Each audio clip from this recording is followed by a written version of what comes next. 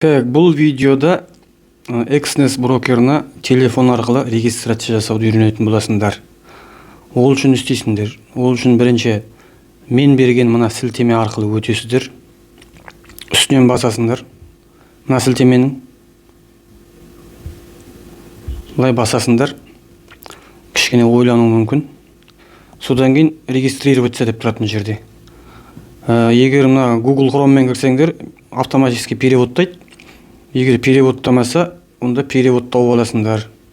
Переводы бар браузермен кірулеріңізге жақсы да. Google Chrome негізі переводтайды, жерде мысалы астында тұр міне. Страница переведена на русский язык деп. Содан кейін мына жерде регистрироваться деген бар. Соны басасыңдар. Одан кейін мына жерде мына тұрған жер бұрынғы аккаунты бар адамдар кіретін жер. Мына жер жаңадан регистрация жасайтын жер. Қазір осыда тұр. Егер мынадан кіретін болсаң, мына жерге логин пароль жаз деп тұр. Мына жаққа кіретін болсаң, жаңадан регистрация жаса деп тұр. Енді ол жерде не істейміз? Бірінші мына жерге тұратын мемлекетің таңда деп тұр. Ол жерге ағылшынша жазамыз. Қазақстан деп мінекей шығып тұр. Міне. Соны таңдайсыз. Одан кейін мына жерге почта жаз деп тұр. Мына жерге екіншісіне. Мына жерге почта жаз деп тұр. Қазір мен почтамды жазам. Мына жерге почтам жазылды мысалға. Илеке 0076 gmail.ru. Менікі де. Новыйдан басқа аккаунт ашып қарап жатырмын сендерге түсіндіру үшін. Одан кейін астына мына жерге өзіңіз пароль ойлап жазыңыз дейді. Пароль мына жерде 8 әріптен 15 әріпке дейін болу керек. Парольдің бас әріпі, бірінші әріпі бас әріп болу керек. Одан кейін арасында цифр болу керек. Соңында бір символ болу керек. Қазір мен жазып көрсетем, сол бойынша жазыңдар, ұқсас қылып. Мысалға мен мына жерге жаздым, өзімнің баламның атын жаздым. Осыған ұқсастырып жазуларың керек. Рахим 2007 собачка мысалға да. Сендер енді өздеріңе қандай ыңғайлы солай жазасыңдар ғой. Ұмытпауларың керек. Бірақ естеріңде болсын. Мына жазған почталарың Gmail болу керек. Gmail.com. Mail.ru жазбаңдар. Болашақта Mail.ru себебі орыстікі, болашақта санкцияға тағы түсіп қалатын болса, сіздің аккаунтыңыз блокқа кетіп қалуы мүмкін. Депозиттен айырылып қаласыздар. Так, содан кейін мына пароль, логин мен мына почта менен парольді бір жерге жазып қойыңдар. Екеуін.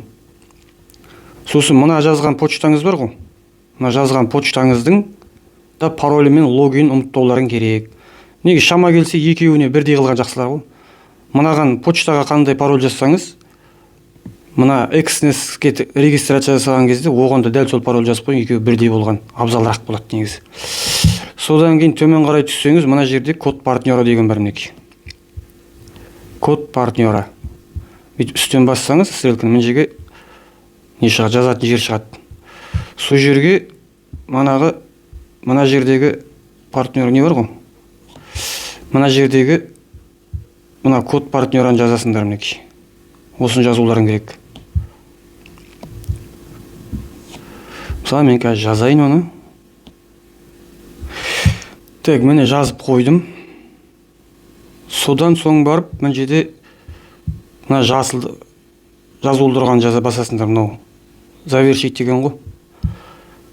Соны басасың. Мына жерде галочка тұру керек міндетті түрде, естеріңде болсын. Мына сабақты мұқият қараңдар. Регистрациядан еш уақыт ошибка жібермеңдер. Ошибка жіберсеңдер, менің тегін курсыма қатыса алмайсыздар.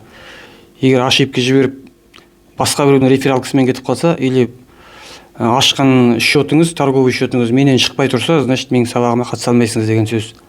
Содан кейін мына окейді басасыңдар, жасылды. Күтесіңдер кішкене ашылғанша. Так, енді ашылды, енді орысша переводтайды қазір. Так, мынандай шығып кететін болса, мына жердегі тырнақшаны X-ті басып жіберіңдер. Керек емес ол сіздерге. Бұны кіріп кететін болсаңдар, бастарың айналып қалады уже.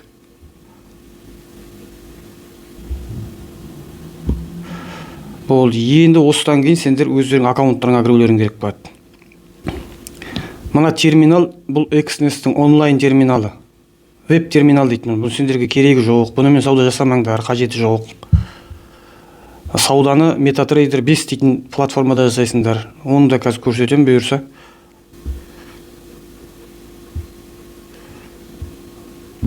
Өшім, регистрациядан кейін қорықпай-ақ қойың, әр затты бүйтіп басып қарай беріңдер. Қайда баратын көреміз. Так, болмайды. Болмайтын болса, X-ті басып жібересіңдер.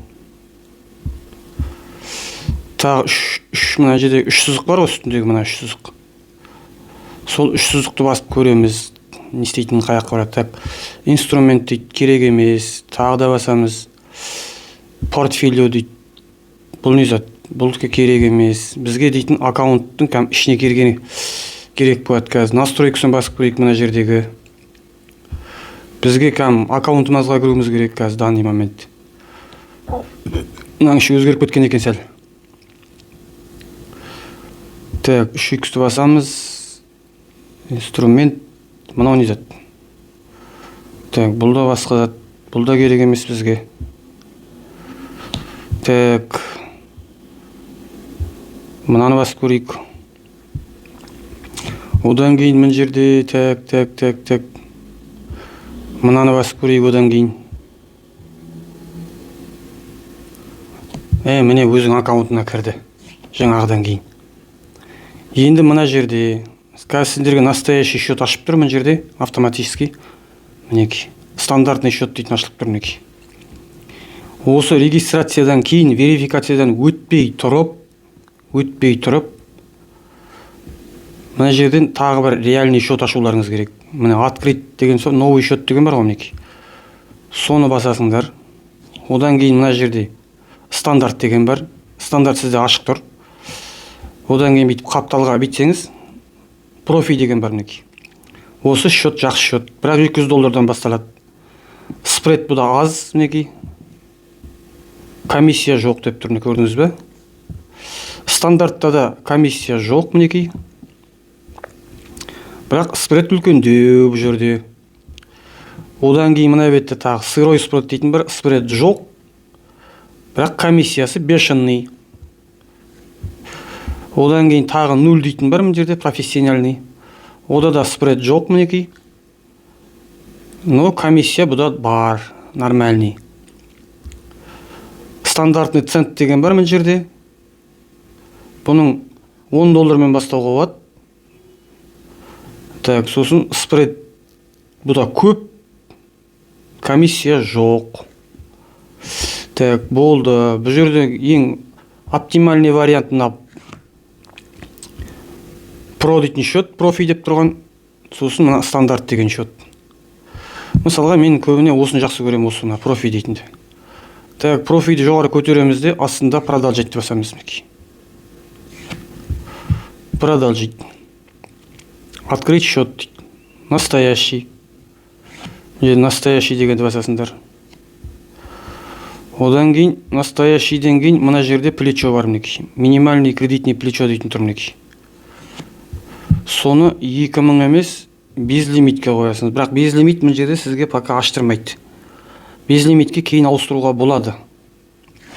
Мына жерде бірдеңелер деп тұрмын, оқып отыруға уақыт жоқ мына отыратын. Ең максимальный мынау бар ғой мінеки. 1-ге 2000 деген. Осыны баса қойыңыз. Так, мына жерге так валюта доллармен сауда жасайсыз сіздер. Так, мына жерде рыночный, мгновенный деген бар. Бұл жерде енді маңызды емес пока. Рыночный тұра берсін. Мына жерге мысалға өзгертуге болады. Имя учетный запись дейтін бар ғой мінеки. Соны өзгертуге болады. Мысалға про деп тұр. Одан кейін жалғап жіберсеңіз деп болады, продан кейін.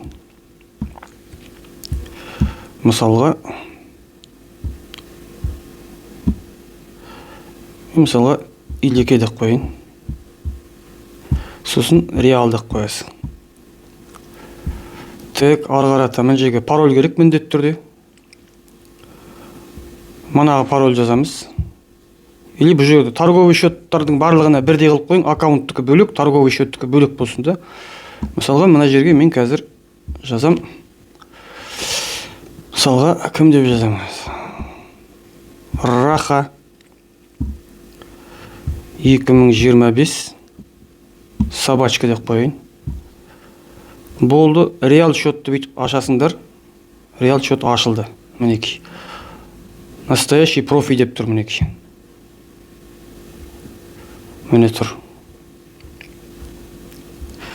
Содан кейін осыны маған скриншоттап жібересіңдер. Регистрациядан кейін менің жекеме осының скриншотын жібересіңдер бүйтіп мысалға. Осылай скриншот жасайсыңдар да менің жекеме жібересіңдер. Мен почта арқылы тексерем, менде бар ма жоқ па. Менде бар болса, менің тегін сабағыма қатысасыңдар.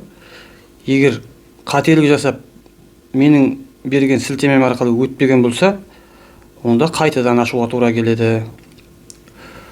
В общем, менде болғаннан кейін, егер менен шығып тұрса, содан кейін бар верификациядан өтуге болады. Мысалға, мына жерде үстінде тұрады, мына жерде мінекей. Полный профиль деген бар. Верификациядан өту үшін. Соны басасыңдар. Мына жерде жазылып тұр. Подтвердить адресной, подтвердить номер, сосын информация өзіңіз туралы деп тұр мінекей. Қиын ештеңе жоқ. Мына жерге начните сейчас дегенде бассаңыз, мына жерде тұрады мысалға. Сіздің почтаңызға мен код жібердім деп тұр. Сол код жазыңыз деп тұр мына жерге. Қазір мен тексерейін. Так, міне почтаға келіп тұр код. Копировать. Мында керемде бүйтіп басып жіберем мінекей. Болды, мына жерде шығып тұр мінекей. Галочка шығып тұр. Так, содан кейін подтвердить телефон дейді. Телефон жазасыз. Ары қарата өзіңіз туралы емсам. Енді ары қарата маған қажет жоқ. Телефон жазбаймын, мен керек емес. Сіз телефон жазасыз мына жерге. Одан кейін добавить информацию профиля дейді. Ол жерге паспорт или куәлік саласыз. Содан кейін жаңағы мекен-жай туралы справка керек дейді. Оның барлығы енді менің ана телеграм чатымда әркім әртүрлі немен өтіп жатыр. Негізінде мен өзім лично Народный банкке аяқтай барып, счет справка шығартып алдым. Сол справканы суретке түсіріп салдым. Сол кезде тез қабылдап менікін бір 5-10 минутта қабылдады енді. Қазір енді әркімдікін әртүрлі қабылдап жатыр. Ана менің телеграм чатымда адамдар әртүрлі өтіп жатыр походу. Сол чаттан сұрасаңдар, адамдар айтады өзі кім қалай өтіп жатқанын. Так, регистрация осымен бітеді осылай. Так, бірінші регистрация, содан кейін барып торговый счет, торговый счеттың скриншотын маған жібересіңдер. Содан кейін мен тексерем, менде бар болса, мен добро берем, ары қарата верификациядан өте бер деп. Содан кейін өзімнің сабақ чатымның сілтемесін берем, сол сабақты қарай бересіңдер ары қарата. Сосын так, сілтеме мына YouTube-тан қарап отқанымдар болса, осы видеоның астында Exness брокерына сілтеме болады. Сол сілтеме арқылы өтсеңіздер де болады регистрациядан. Код партнера жаңағы оның астына жазып кетем, видеоның астына қалдырып кетем, или комментарияда тұрады, немесе видеоның астындағы описаниеда тұрады. Так, регистрация осымен видео аяқталды. 15 минут болыпты. Тағы да сұрақтарыңыз болса, комментарияға жаза кетіңіздер, немесе жекеме шығып сұрай берсеңіздер болады. Регистрациядан өткеннен кейін Google-ға кіріп, мына Google Play бар ғой, мынау. Соған кіріп, мына жерге поискке Exness деп жазасыңдар. Exness. Содан кейін мына программаны құйып аласыңдар. Телефонмен басқару үшін аккаунтыңызды. Мысалға менде құйылып тұр. Так, мысалға мен жаңа ашқан аккаунтыммен кірейін. Міне, мына жерде шығып тұр. Регистрация деп тұр, немесе логиніңмен кір деп тұр астындағысы. Мынаумен кіресіңдер мінекей. Осыны басамыз. Мына жерге мен мысалға қазір илеке так 0076 gmail.com мына жерге Рахим 2007 собачка деп жазайын. Содан кейін мынаны басасыңдар. Так, отмена. Содан кейін мына жерге кіргеннен кейін бетіне пин код жаса деп тұр. Кілем бестік тере қойсаңдар болады 2 рет. Ең оңай вариант. Мысалға менікі про илеке реал дейді. Мана ашқан счетым тұр мінекей. Енді осыған кіргеннен кейін өзіңіз ұра бересіңіз шуылдатып. Осы арқылы да мысалы верификациядан өтуге болады. Мына жерде көрсетіліп тұр барлығы мінекей. Бірақ бұл жерден түгел ағылшынша болады. Бұл да орысша перевод болмайды бұның ішінде. Сол естеріңде болсын.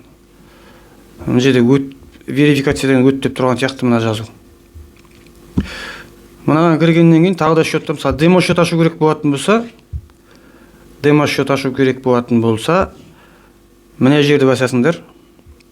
Бүйтіп. Содан кейін мына жерде плюсті басасыңдар. Сосын астында көрсетіп тұр мінекей.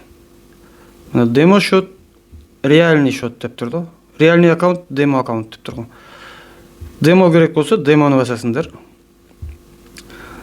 Стандарт керек болса, стандарт. Про болса, про. Раф дейді, мынау. Zero дейді, манаға айтқандар ғой, мына ағылшынша түрлері. Енді шама келсе мен көбіне промен жұмыс жасаймын енді. Мысалға мына жерден проның астындағы начать дегенді басам. Так, мына жерде level деген жаңағы плечо деген. Валютаңыз доллармен жұмыс жасайтыңыз. Мынау маркет дейді. Бұл енді маркет, инстант маркет пока маңызды емес. Мына жерге 2000 деген даласында unlimit, мысалға мынау. Unlimit деген уже без ограничения деген сөз. Соны басасыңыз, окей. Так, содан кейін мына жерге атын жаз дейді. Аккаунттың никнеймі дейді. Мысалға бұл жерге мен қазір Раха деп жаза салам. Раха Pro. Демо деп жазып қоямын мысалға. Болды, ары қарата сарыны басып бересіңдер. Мына жерге тағы да пароль сұрап тұр.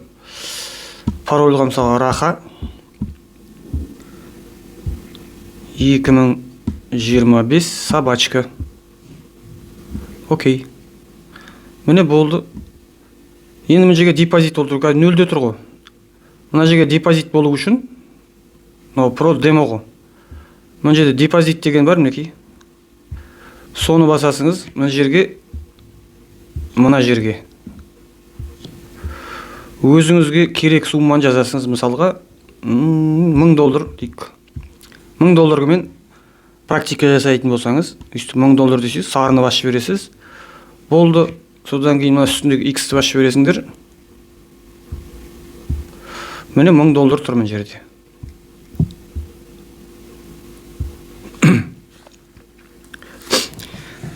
Так, содан кейін енді мұны MetaTrader 5-ке тіркеу керек. Қазір сондай көрсетіп жіберейін сендерге мен осы жерден бәрінде. Ол үшін істейміз. Ол үшін мына жерде деталис деген бар ғой мінекей.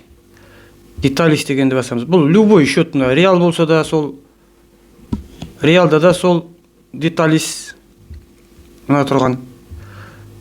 Демо счет болса да сол деталис.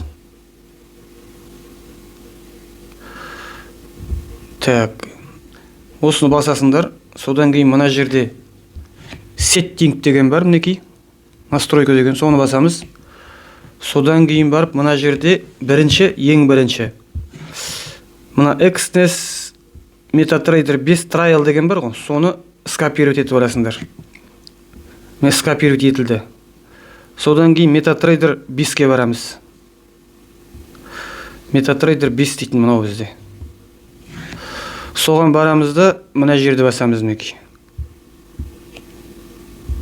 Мынаны басамыз, одан кейін тағы басамыз, содан кейін бар мына жерде плюс деген бар. Соны басамыз. Содан кейін мына жерге найти брокер деген жазуды көріп тұрсыңдар ғой. Осы жерге манағы скопировать етіп алғанды бүйтіп басамыз. Бізде бұл жерде MetaTrader 5 trial деп тұр да. Содан кейін мына жазудың үстінен басамыз. Содан кейін мына жерде серверді шатастырып алмаңдар. Мына серверді қараңдар. Бізде манағы недегі қандай деп тұр мына жерде мысалға. Мына жерді қарап алың, главный мысалы. МТ5-тен кейін trial деген жазу бар, басқа цифр жоқ. Сол мына жерде астындағы мына стрелканы бассаңдар, астындағы серверлерді көрсетеді. Сол жерден тек trial деген тауып алуларың керек. Trialдың өзі керек бізге. Тек trial деген мына жерде тұр екен мінекей. Міне trial деген тұр. Соны басамыз. Содан кейін барып манағы аккаунтқа қайтып барамыз. Содан кейін барып мына жерде счет номер тұр мінекей. Сол счет номерді копировать етіп аламыз.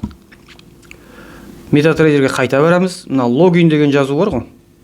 Логин деген жазу мінекей. Осы жерге жаңағы ставить етеміз. Содан кейін мына жерге пароль деген жерге, мына пароль деген жерге. Мына пароль жазамыз. Мен не алдым? Раха 20-25 собачка дедім де. Содан кейін барып мына логин дейтін жазуды басып жібереміз. Түгел жазып болғаннан кейін. Міне болды, $1000 шықты мінекей. Содан кейін астындағы мінекей чарт дейтін бар, торговля деген бар, история деген бар. Чартты бассаңыз, мына жердегі нені көрсетеді? Графикті көрсету керек. Одан бұрын мына котировка дегенді басамыз. Котировканың ішінде бізге керек емес нәрселер көп. Оларды қалай кетіреміз? Ол үшін мынаған барамыз, мына жерге плюсті басамыз. Содан кейін мына жерге бір нәрсені жазамыз, керек нәрсемізді. Мысалға мен евро USD деп жазам, мына жерге евро шықты мінекей. Плюсті басып жібереміз. Болды, ана жаққа барды. Одан кейін алтын керек дейік. HAUSD. Тағы да мына жерге плюсті басып жібереміз. Болды. Әзірге керек нәрселерді осы жерге жазасыңдар, символын. Содан кейін барып астында мысалға евроға кіреміз. Үстінен басамыз. Чарт дегенді басамыз. Содан кейін қайтадан котировканы басамыз. Манағы керек емес нәрселерді кетіруіміз керек қой. Чартқа барамыз. Мына жерде мына ручканың, карандаштың суретін басамыз. Содан кейін мына удалить дегенді басамыз. Содан кейін барып мына жерде галочкалар бар ғой, соны басамыз. Содан кейін төмен қарай қараймыз. Бізге керек не бар мына жерде? Мысалға алтын керек, еврода тұр, мына қалғандар керек емес. Алтынның үстінен бүйтіп басып қоямыз, болды, галочкасын алып тастаймыз. Содан кейін барып удалитті басамыз.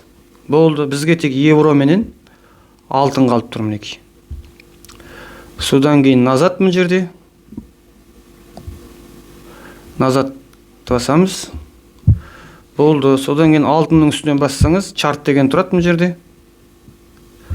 Чартты басамыз. Содан кейін мына любой бір қара жерді бүйтіп бассаңдар, мынандай 5 минут, 15 минут дегендер тұрады мына жерде. Жарты сағат, 4 сағат, қандай уақытты қараңыз келеді, сол бойынша. Так, 1 минут керек па, любойын баса бересіз ғой. Одан кейін мына жерде торговля деген бар.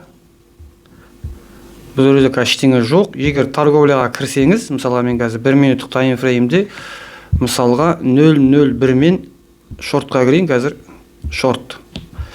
Кіретін уақытта мынандай согласие керек дейді. Мына жерде галочка қоясыңдар мына жерге.